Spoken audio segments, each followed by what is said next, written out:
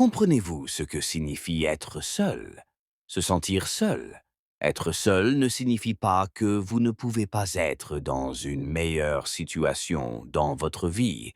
Que voulez-vous faire de votre vie aujourd'hui? Arrêtez de regarder au coin de la rue en espérant que quelque chose ou quelqu'un vous sauve. Il y aura des moments où vous serez abattu et où vous vous sentirez seul et sans personne pour vous soutenir, vous relever, vous fortifier, vous donner la force que vous recherchez vraiment. Ne cherchez pas la validation. Ne attendez pas que les autres vous félicitent. Je ne chercherai pas à ce que les autres me soutiennent. Je serai capable de savoir que si je suis seul, je me relèverai et je serai magnifique. Si je dois me relever, alors laissez-moi me relever seul. Peut-être seras-tu le seul à rester debout, mais au moins tu es debout, et tu n'as rien à prouver à personne, mais prouve-le toi à toi-même. Peut-être que tout le monde ne t'acceptera pas, mais peux-tu t'accepter toi-même? Peux-tu te faire confiance? Commençons par dire, je vais faire ce qu'il faut pour atteindre mon objectif. Oui, je n'y arriverai pas du jour au lendemain. Oui, cela prendra du temps, des mois, des années. Cela ne veut pas dire qu'il faut abandonner. Cela ne veut pas dire que tout est fini pour toi. Être seul ne signifie pas que tu as terminé. Tu n'as pas terminé. C'est juste un travail en cours. N'abandonne pas. Et parfois, mesdames et messieurs, être seul ne signifie pas que tu seras seul pour toujours.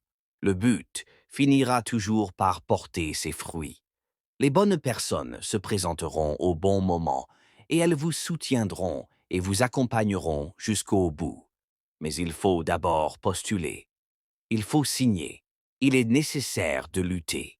Il est nécessaire de se sentir seul. Il est nécessaire de continuer à avancer. Vous avez cette journée pour une raison.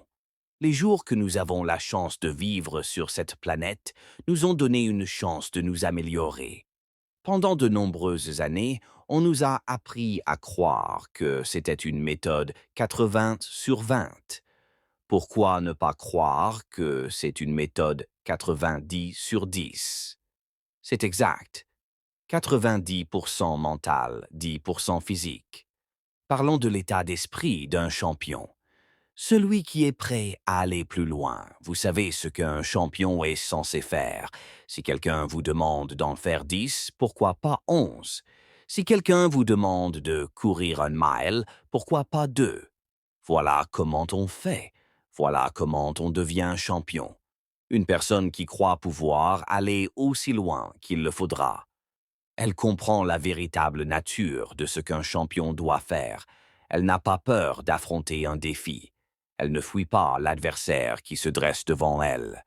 Peut-être n'êtes-vous pas un athlète. Peut-être n'êtes-vous pas chef d'entreprise. Mais soyons honnêtes, mesdames et messieurs, nous sommes tous excellents dans quelque chose. Nous sommes tous différents. Nous sommes tous uniques. Mais nous devons tous être prêts. Il faut avoir cet état d'esprit de champion. Vous l'avez vu, vous l'avez admiré. Vous avez observé d'autres personnes et elles sont devenues la meilleure version d'elles-mêmes. À présent, c'est votre tour. Vous êtes le prochain. Alors, êtes-vous prêt à saisir les opportunités? Êtes-vous prêt à faire la différence?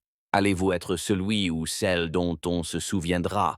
Vous gagnez pour être le meilleur dans votre domaine. N'oubliez pas, mesdames et messieurs, ce n'est pas toujours une question de talent. C'est une question de volonté. La volonté de gagner, la volonté de persévérer, la volonté de se battre jusqu'à épuisement de ses forces. Faites savoir au monde que vous êtes un champion.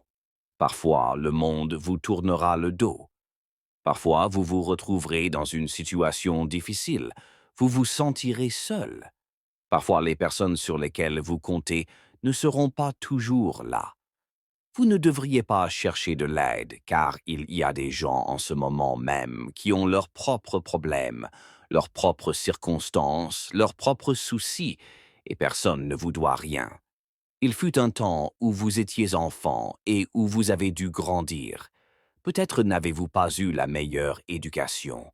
Peut-être n'as-tu pas eu la meilleure mère. Peut-être n'as-tu pas eu le meilleur père.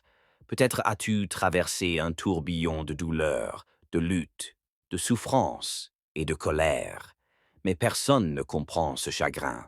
Personne ne comprend cette douleur. Personne ne comprend cette misère mieux que toi. Beaucoup de gens ont été blessés. Ils ont été abattus à terre. Ils n'ont pas compris pourquoi. Pourquoi qu'ai-je fait pour mériter cette douleur? Pourquoi ma mère m'a-t-elle abandonné?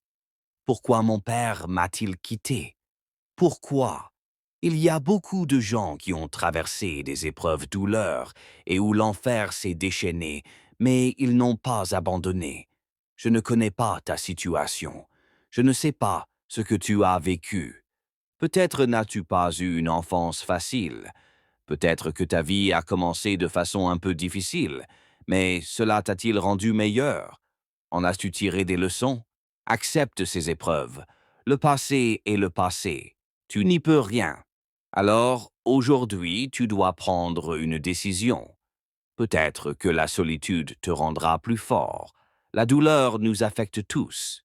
Elle te permettra de comprendre que, même dans les moments difficiles, tu as la capacité de t'améliorer. Alors, si tu es seul en ce moment, si tu es seul dans cette pièce, si tu es assis dans un endroit calme, prends un moment pour toi. C'est comme ça que tout commence.